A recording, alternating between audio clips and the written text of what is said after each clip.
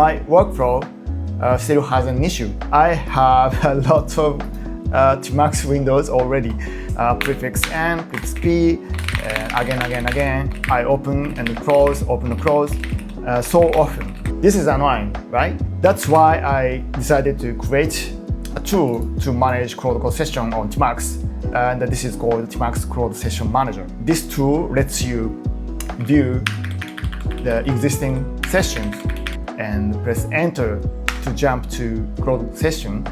So it shows the session status here. It has just 5 shell scripts, so it doesn't require server or anything like that.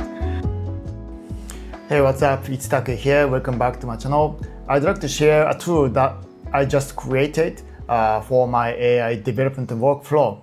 And I've been using Claude Code for developing my app called Inkdrop. I'm usually on Tmux, and I run multiple Claude Code sessions at the same time. And it was annoying to switch between Windows and the Claude Code sessions. So I decided to create my own tool that helps my workflow. And I published my tool on GitHub, so you can try it. It is a Tmux plugin, so you can install it by TPN with this command. So please try it.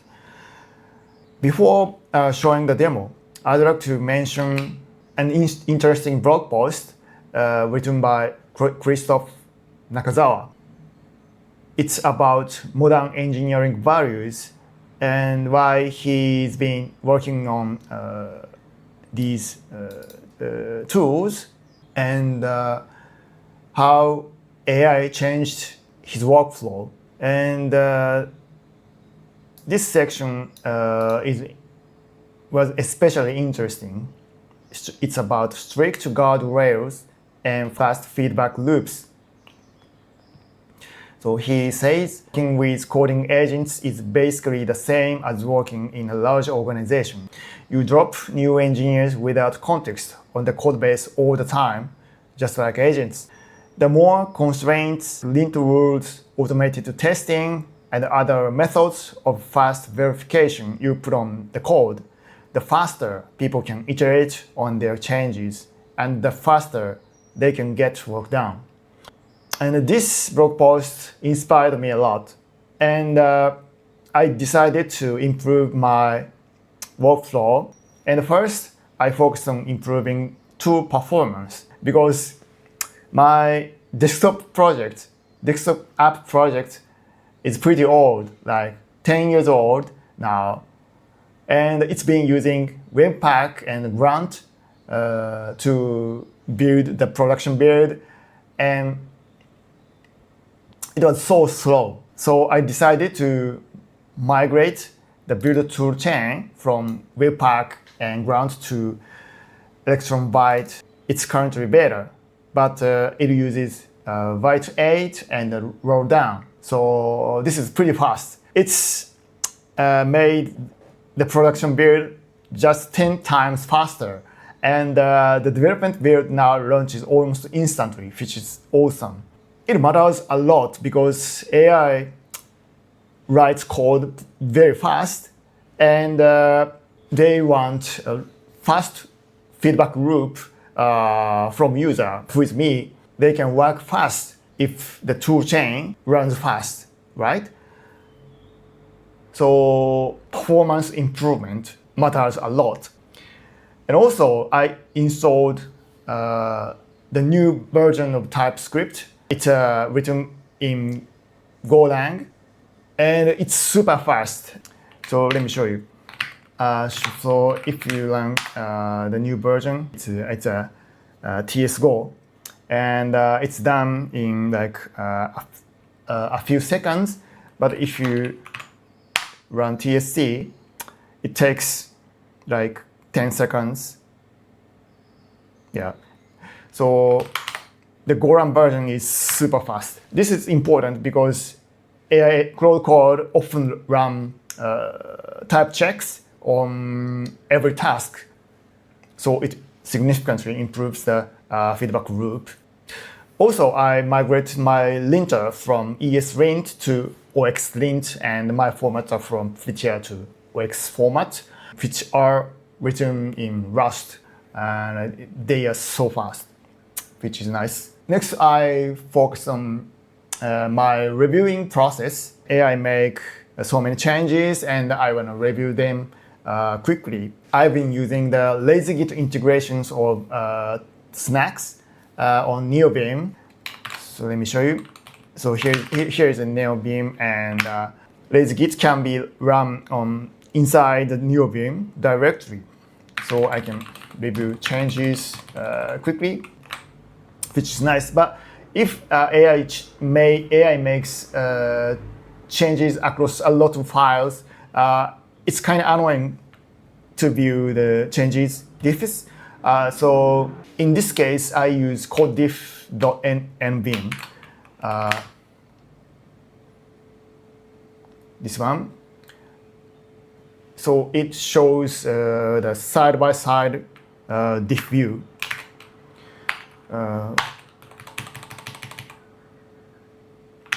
Like this. This is very useful, but I use it for reviewing a lot of files. I wanted to quickly switch the diff view across files like this. So I added an option to do that. So diff.neobeam requires you to press enter to open the diff view, but I made it automatically open the diff view by changing the selection on the Explorer. And this change has been merged into the original code diff. Yeah, amazing. Thank you for creating it, Yanuo. Yeah, so these improvements have been great for boosting feedback loops in a single project. So these are for working on the single project. And also there is a bonus. You can do it without leaving the terminal or touching mouse. So I love this workflow, but my workflow still has an issue. So as Christoph says, working with coding agents is like working in a large organization, because AI agents are like engineers to manage. A few months ago, I shared how to run Claude Code in a Tmux pop-up window with persistent sessions. So I set up Tmux to allow running a Claude Code session in a pop-up window by pressing prefix Y. And this is a pop-up window and a nested Tmux session. So if you close this pop-up window, Claude Code session still will run, so you can resume it without starting another session, which is nice because I usually work on multiple projects at the same time. So yeah, I open and close so often, and type a prompt and close it, and switching to another project and open it and type another prompt again. So this has been working fine because it allows me to have fewer windows instead of separate windows for each Claude Code session. So which means you don't have to have a separate Tmux window to just run under Claude Code session. So this workflow lets me have fewer Tmux windows. But so as you can see, I have a lot of Tmux windows already. So I usually work on so many projects at the same time, and I have to switch windows by pressing prefix N, prefix P, again, and or sometimes I press Command T and 1, Command T 0 to jump to the window number based on the window number here. And I open up the existing Claude Code session by pressing prefix Y and prefix B to detach. and again, and again, like this. Yeah. This workflow has been so annoying to check if any Claude Code sessions are finished or still working. So that's the pain point in my workflow. This is annoying, right? That's why I decided to create a tool to manage Claude Code session on Tmux, and this is called Tmux Claude Session Manager. Yeah. So instead of open, close the pop-up window for Claude Code, this tool lets you view the existing sessions in the list. It uses FZF, and you can filter with keyword and press enter to jump to the session, Claude session. Let's try again. And so as you can see, it shows session status here. So it shows the session status here on the left column. It says waiting and idle. And if the Claude Code is running, it displays working. For example, like let's say hello, it shows working.